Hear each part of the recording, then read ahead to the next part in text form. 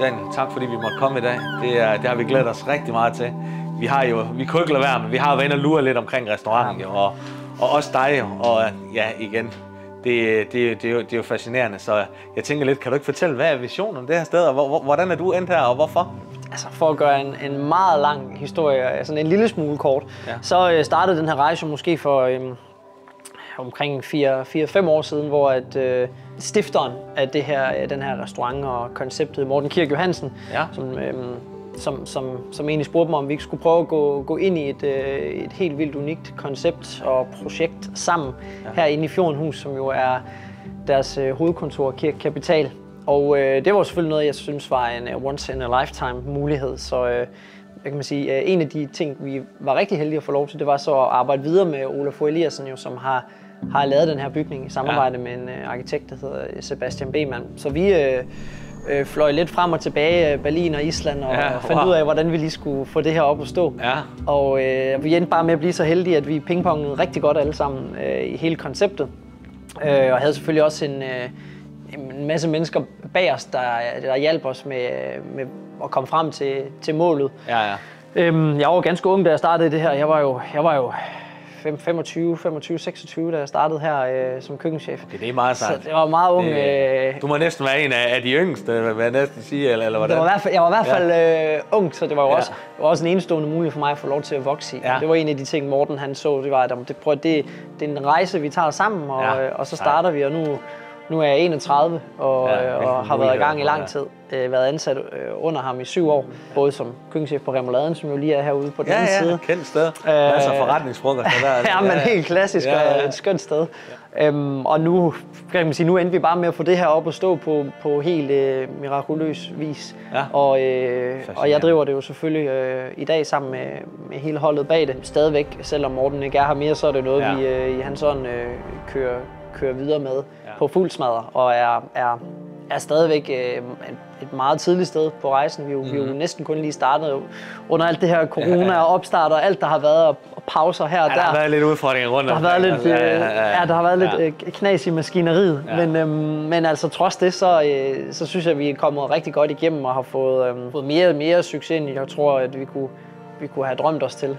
Så jeg er enormt taknemmelig over, hvor vi er kommet til på så lidt tid, men ja, altså konceptet, det var en lille historie om, hvor vi startede henne, og du skal jo ind og spise lige om lidt, så du får lov til at opleve konceptet. Det sidder helt i kroppen, jeg glæder mig helt vildt, fordi at, som sagt, jeg har jo ikke kunnet lade være med at lure, og det må jeg indrømme, sådan er jeg jo en nysgerrig person, og jeg har set det i laver, og jeg er blown away, og jeg har set det gennem andre kokke, der også har været her, og har snakket med andre kokke, som også har talt rigtig pænt, og virkelig pænt om dig også, så derfor har det bare givet mig sådan endnu mere sus, at jeg bare glæder mig til en aften. Men når man så kommer til bygningen og ser bygningen, og nu har jeg jo været inde og læse lidt, som jeg siger, man ser alle de forskellige sten og den måde tingene er blevet bygget på her, altså det er jo gennemtænkt det her, det er jo ikke noget, man bare lige har sat en skitse på hen og en nat, det er jo fascinerende det her.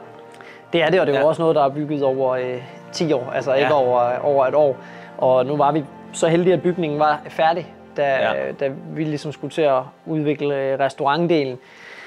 Men den har selvfølgelig heller ikke bare lige været fra den ene dag til den anden. Selve restauranten, det er jo en forholdsvis stor restaurant, men selve restauranten-oplevelsen, den handler ligesom om at få kunsten ind i maden. Så at uden det skal lyde, uden jeg skal tale min egen mad ned, at det ligesom er maden, der skal være kunsten, så er vi jo ligesom i en del af kunsten. Så det var ligesom at prøve at finde en opgave i, hvordan kan maden komplementere kunsten, og at det ikke bliver en konkurrence mellem hvad er smukkest. Så et eller andet sted så handlede det mere om, hvordan kunne vi få folk ind og opleve bygningen og få noget dejligt mad, der måske skubber nogle grænser den gode vej, men mest af alt pleaser og stryger med hårene.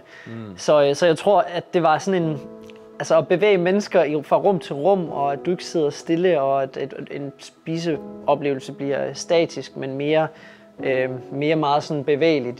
Det var et kæmpe ønske fra hvad kan man sige, Mortens side af, det der med, at hvordan skubber vi til den del, at vi kan få folk til at opleve bygningen, og ikke bare sidde helt stille igennem hele måltidet. Og det taler jo meget i Olafurs ånd også med, at bygningen jo er alt andet end men statisk. Der sker jo helt vildt mange ting, og alt er cirkulært og rundt, og det ender aldrig. Det er jo det, der er fedt. Altså, det er jo det, jeg sådan også fascinerer mig. Det er netop det, du lige præcis fortæller der, at man har inkorporeret det her, så det hele harmonerer med hinanden, og man får de her forskellige oplevelser, ikke, som du siger. Det ene skal jo ikke tale det andet ned, eller omvendt jo. Og det er jo så spændt på at se i dag jo, men man kan sige, bare når man kommer ind jo, nu sidder vi i, det er vel personalerum, vi er i dag også, og det, altså allerede der siger wow. Altså, det gør jeg også stadig, skal jeg sige. Det er fantastisk. Ja, men det er jo altså, man siger, personalerum, vi sidder i nu, det huser jo selvfølgelig også, men også kirkekapital op ovenpå, og bliver brugt en gang imellem til nogle arrangementer, hvis de har noget i noget firmarige. Vi spiser selvfølgelig vores personalemad her og får kaffe her, og der er også personaletoiletter. Jeg tror da godt, jeg kan sige, uden at overdrive, at jeg tror, vi har en af de fedeste personalerum. Altså det vil sige, nu skal du se mit personalerum, der vil jeg sige, der er du mile foran. Ja, men jeg tror også, vi er i Kongeriget Danmark har et af de fedeste personalerum. Men jeg tænker, nu har du opnået alt det her, ikke? Og jeg tænker, at du startede i en meget ung alder. Hvad var du, 31 i dag? Yes.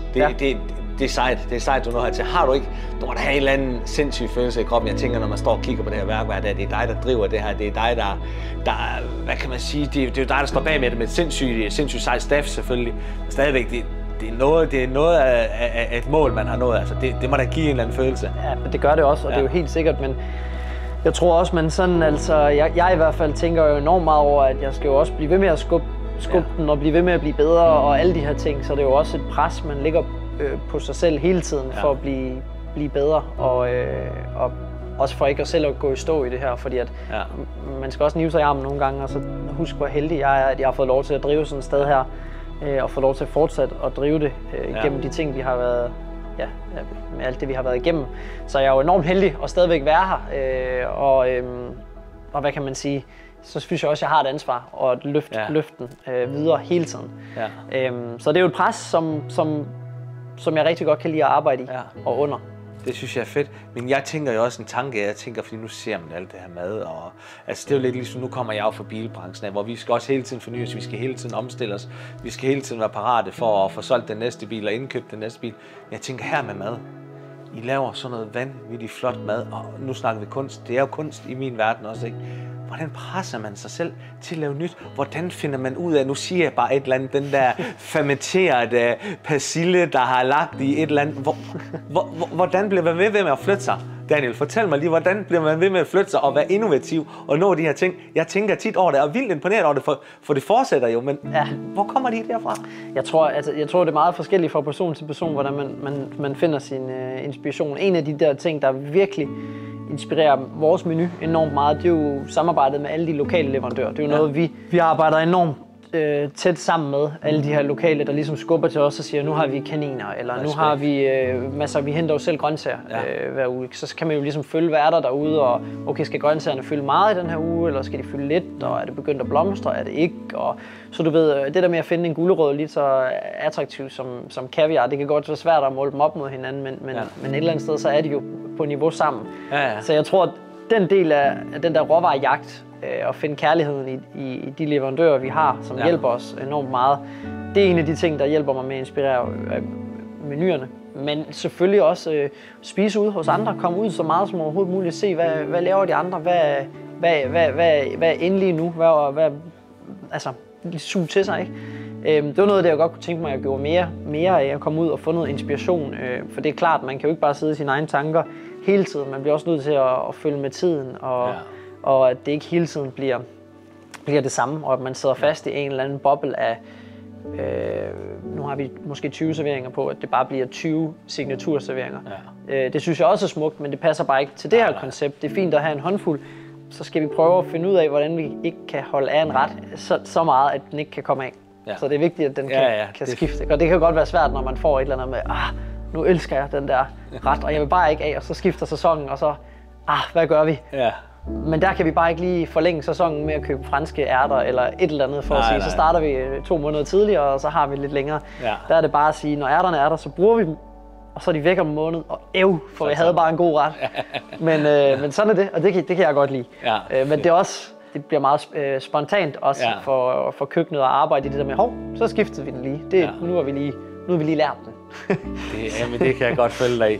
Det kan jeg godt følge mig i, at du måske får en lidt kærlighed til de der forskellige ting, og så skal man skifte videre. Altså nu kan jeg jo lige sammenligne, det kender jeg jo selv, når jeg har en bil. Det er det. Og jeg er så glad for den bil. Jeg skal bare have en ny bil, for jeg bliver nødt til at sælge den her nu. Ja. Nu er leasingsaftalen slut. Ja, lige præcis. Så tænker jeg, nej, nu skal jeg over en ny bil. Jeg vil ikke. Jeg vil gerne køre i den, ikke? Men, og det er også bare samme at købe samme bil igen. Det er også bare kedeligt. Så tænker man, hvad skal jeg gøre? Så jeg kan sagtens følge dig. Jamen, det er præcis det samme måske. Men jeg synes, det er sindssygt fedt. Jeg tænker, må vi tage en tur rundt og kigge? Meget gerne. Og så inden vi lige vi går rundt og kigger, så skal jeg lige høre dig om en ting, jeg har tænkt på hele vejen over. Hvad er din yndlingsbil? Jamen altså, jeg må indrømme, nu sagde du selv Porsche Panamera'en der, ja, det er også en bil, jeg virkelig er god til. Nu er jeg jo selv familiefar. Ja. Men altså, jeg tror generelt set, så jeg kører selv Mercedes og er glad for, og er rigtig glad for stationcar der. Men altså, jeg tror Panamera'en, det må være en af mine... Jeg sidder bare her, jeg ikke kunne få den ud af parkeringskælderen, da jeg har fortalt det er rigtig ærgerligt. Historien der. Altså det er så ærgerligt, den skulle vi have haft med, men Panamera'en, altså jeg forstår det 100%, nu har jeg selv kørt i den, og det er en sindssygt lækker bil. Og Porsche, det er bare kvalitet. Altså. Ja.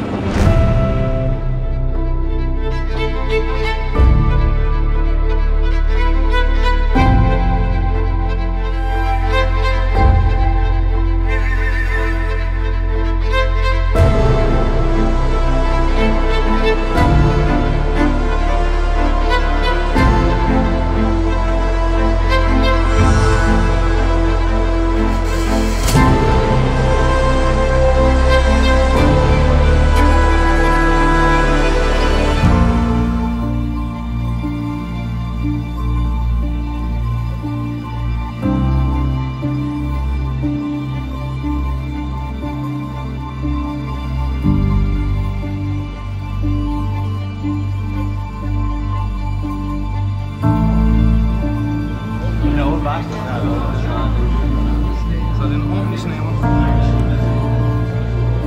Det var du god til.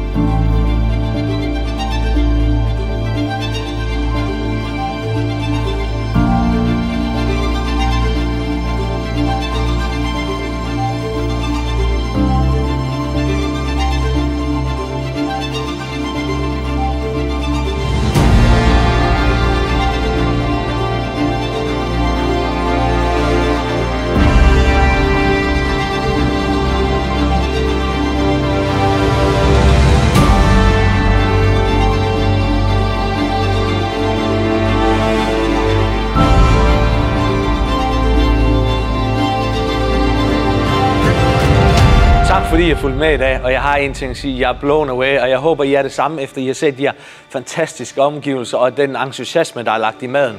Og hvis du drømmer om at spise lækkert og med en Michelin-stjerne, så vil jeg i hvert fald anbefale jer det her sted, ikke blot for maden, men også kunsten, som det er omgivet af.